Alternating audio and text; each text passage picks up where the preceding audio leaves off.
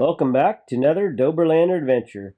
On today's adventure, we'll continue exploring in and around Death Valley.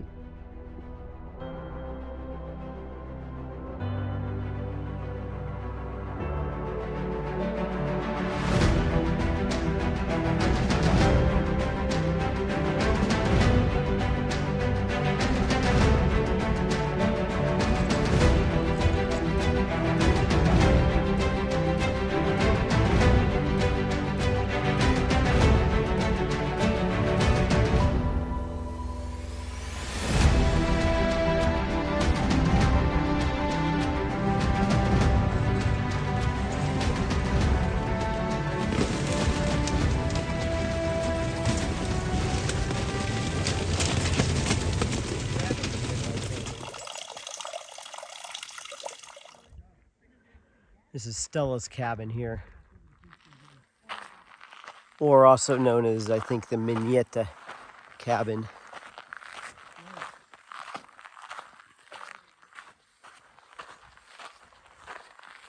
Go in the main house first, and then we'll come check out this shop.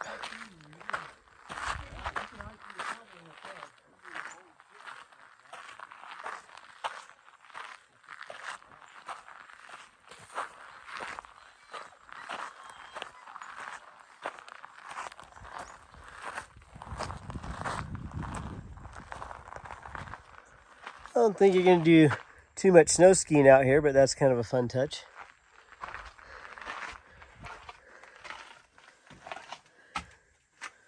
Ooh, someone left the door open.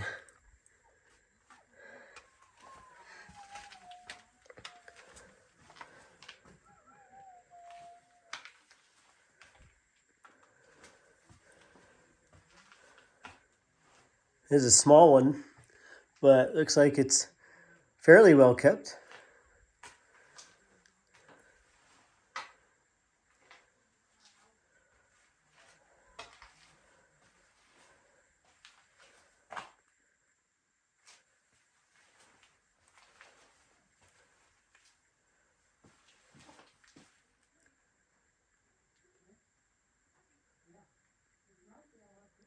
Outside seating area with a fire pit. It's a pretty cool looking fire pit. You could cook over it too. That's pretty nice. Here's the shop area. All these keep, in the last just day, are starting to bloom. I had seen them yesterday up at the Warm Springs camp and they weren't blooming. I wondered what they were. Now today they're blooming.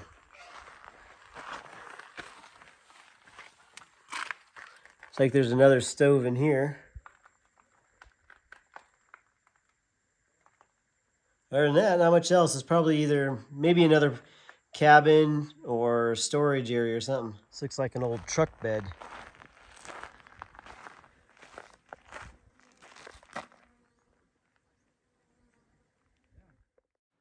This road is called Artist Drive, and it's a fun one-way 9-mile drive that takes you to Artist Palette, where all the colors come through in the mountain. You can park at the parking lot and hike up in the area if you want.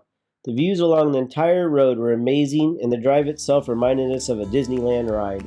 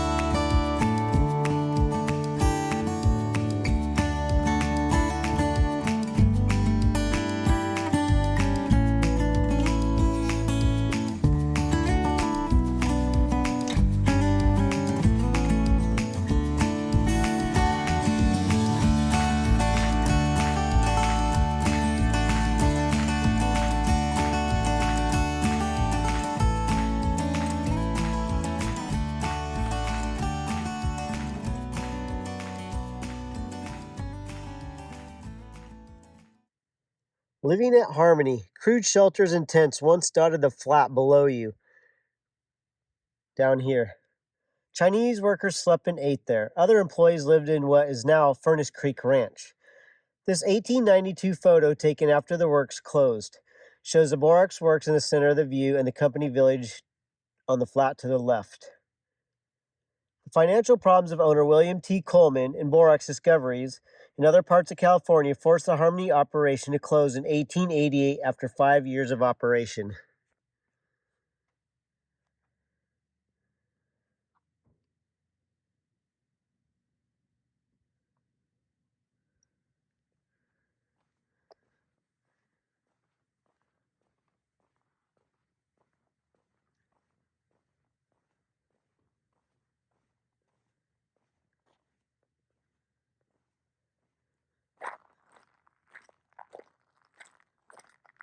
Wow, that's cool. 20 mule teams. For more than a century, the 20 mule team has been the symbol of the borax industry on product labels, in history books, and on television. The status is well earned. Mule teams help solve the most difficult tasks that face Death Valley borax operators, getting the product to the market.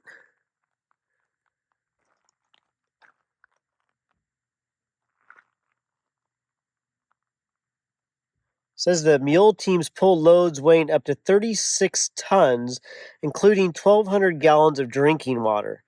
The rear wagon wheels were 7 feet high, and the tire unit with mules was more than 100 feet long.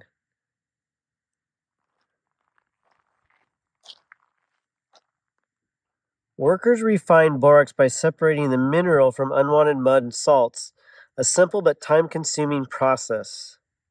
Workers heated water in the boiling tanks using an adjacent steam boiler. Winching ore carts up the incline, they dumped the ore onto the boiling tanks. Workers added carbonated soda. The borax dissolved and the lime and mud settled out. They drew off the borax liquid into the cooling vats, where it crystallized on hanging metal rods. Lifting the rods out, they chipped off the now refined crystallized borax to produce concentrated borax. They repeated the process. For later transport, the workers bagged and stored the refined or concentrated borax in a barn that stood behind you.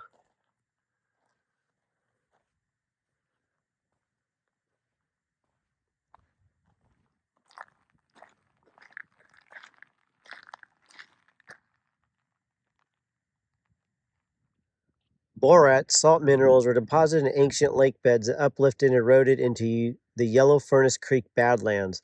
Water dissolved the borax and carried them to Death Valley floor, where they recrystallized as borax. Borax blacksmiths used it as have potters, dairy farmers, housewives, meat packers, and even morticians. For centuries, humans have exploited borax for many important uses. San Francisco businessman William T. Coleman built this plant in 1882 to refine the cotton ball borax found on the nearby salt flats.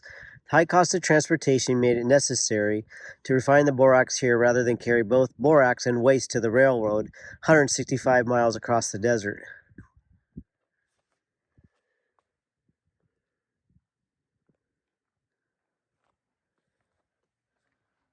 Jeez. So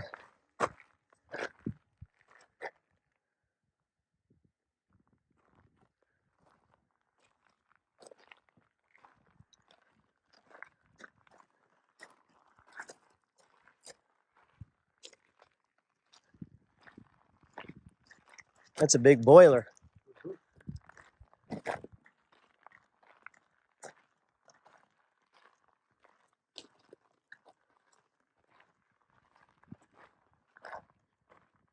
It's so heavy.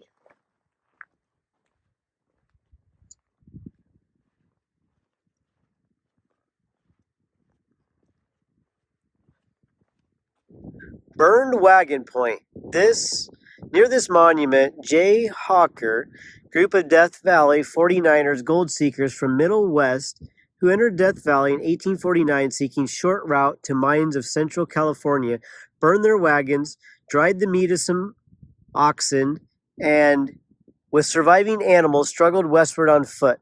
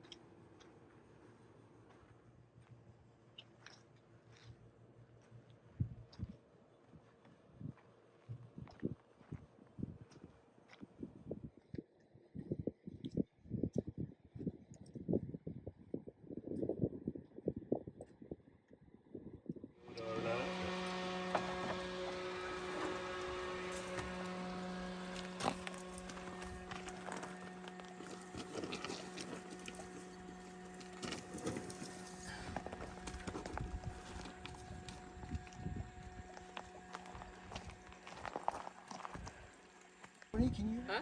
Huh? This is trail repair. Mark's FJ out here. Here's the supervising group right here. Where at, man? There's lead dog Kona. There's a bat hovering in there too. These girls do not like that. There goes the second one. Oh, there's another one coming in. That's the one that we see first. There's another one coming in.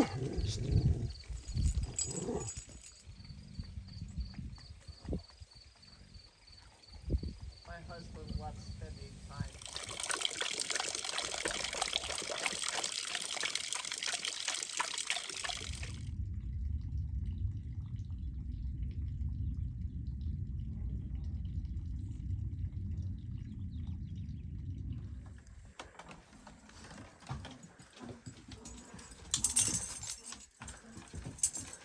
A nice deck off of it.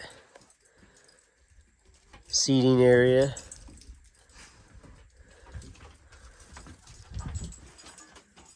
Water dish over there.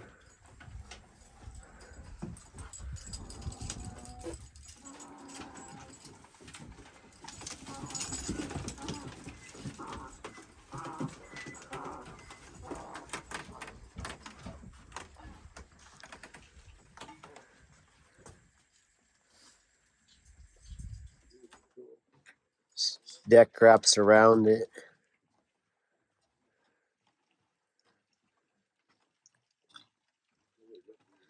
Oh, it's even got a urinal up here off the deck.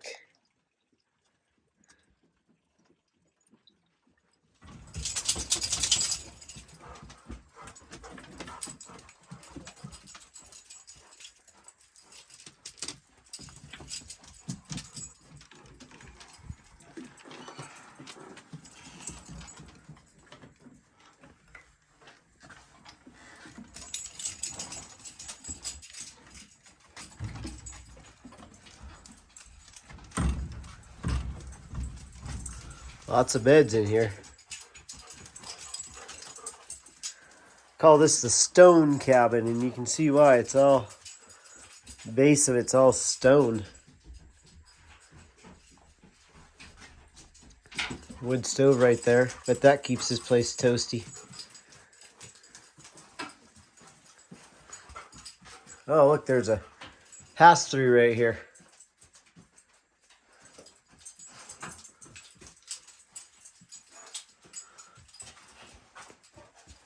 This is intercom to the main cabin.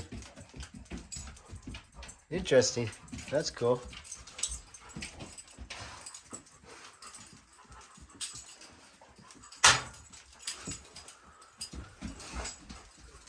Another Serval fridge. You've seen a lot of these on this trip. See if there's anything in it. Nope.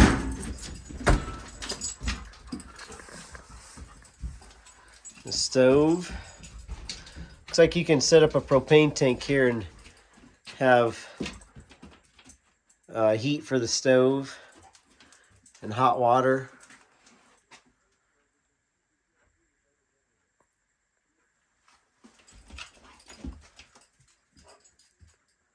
Got a radio system, it looks like. Right here. Lights.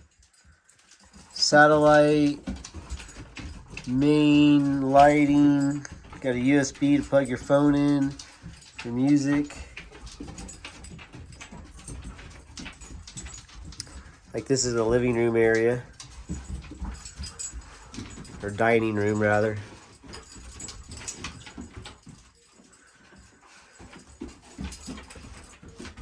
You can get a ceiling fan up there. This is a cool light.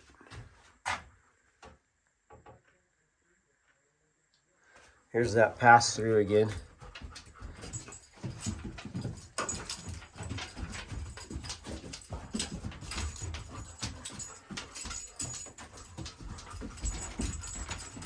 First aid kit, some games.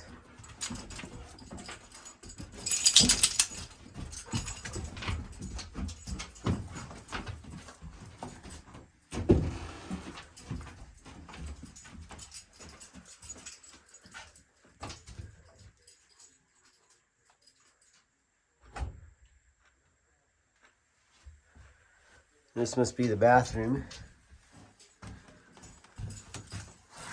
Little sink. And a shower. Just open up that screen door. So there's a screen door out the back too. You got this top door right there. And then the lower door. You can open just the top if you want.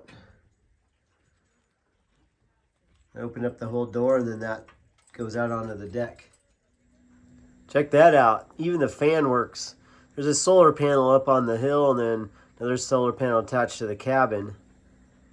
And when I came over this panel, there's a switch that has like night lights, lighting, plugs, main breaker, and one for the ceiling lights. And I turned that thing on and sure enough, the fan works.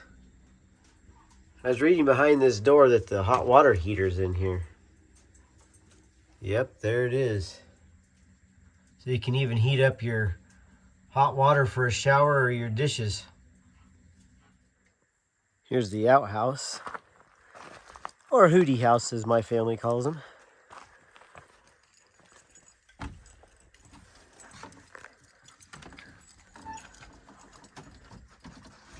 Oh, it's even got a sink in there.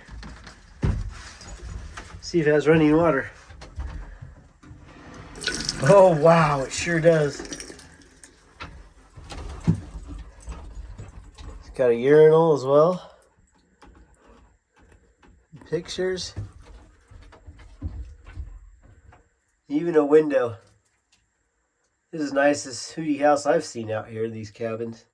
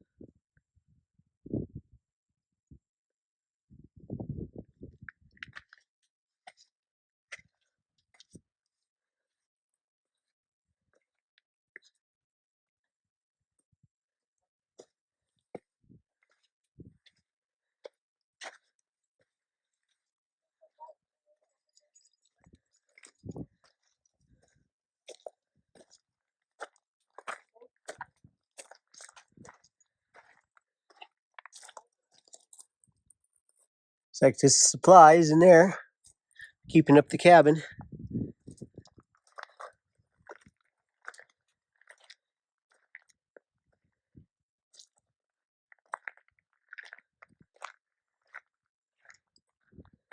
Car grill up there.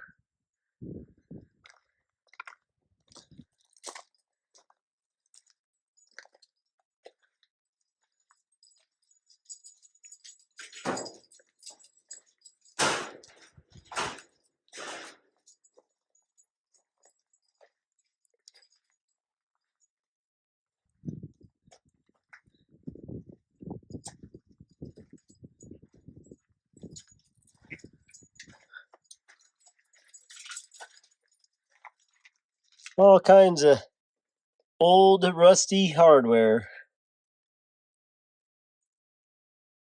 Brake shoes over there. Head gasket. It's like we got a sink.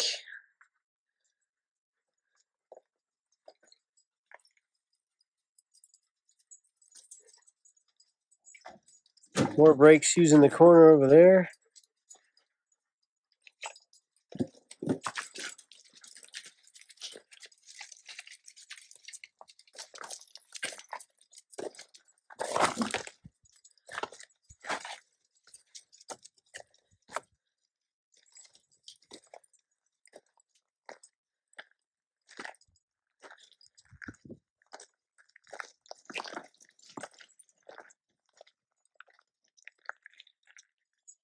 Engine up there.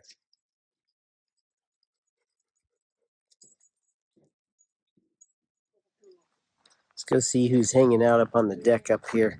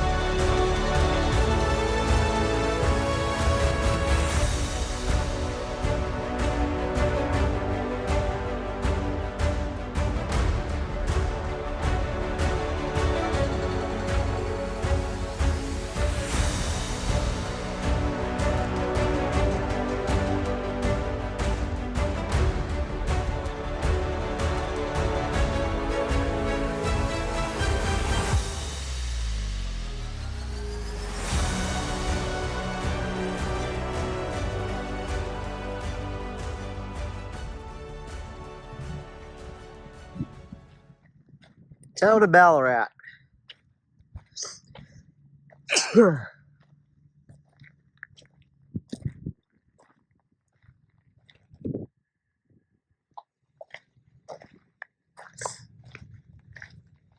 Says this is a 1942 Ford GJB, a Burma Jeep, half-ton 4x4 bomb service truck, 3-speed manual transmission with a 2-speed transfer case. Originally produced during World War II, it was used primarily in the Pacific Theater and with many of them being driven or the Burma Road. It was given the nickname Burma Jeep.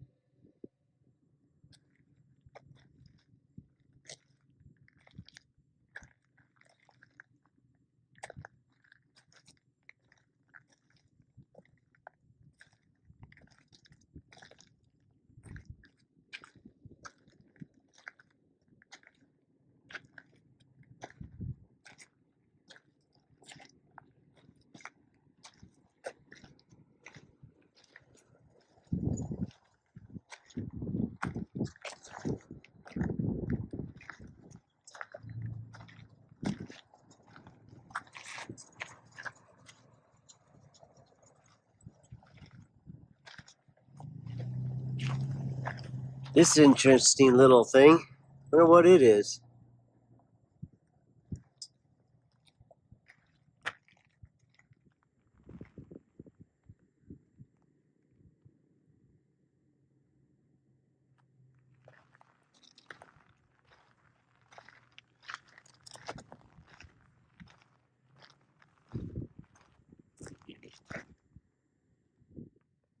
Ballarat Jail,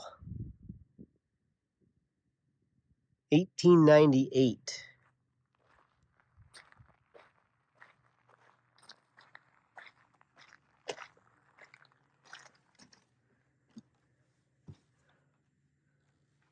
So watch out for that guy. He'll get you.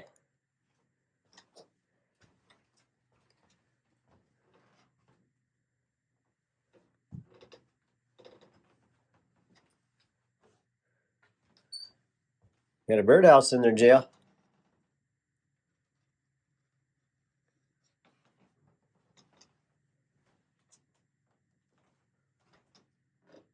Not sure what it is.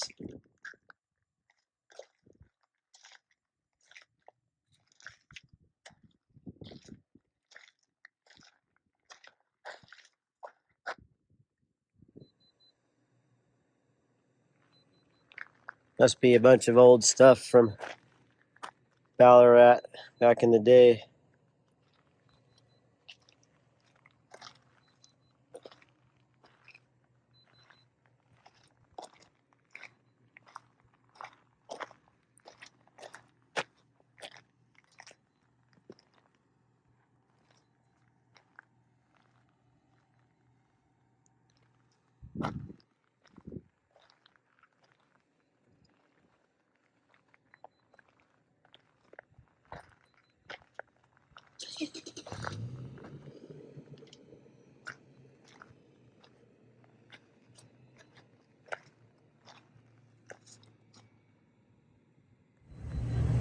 The Ballarat Trading Post.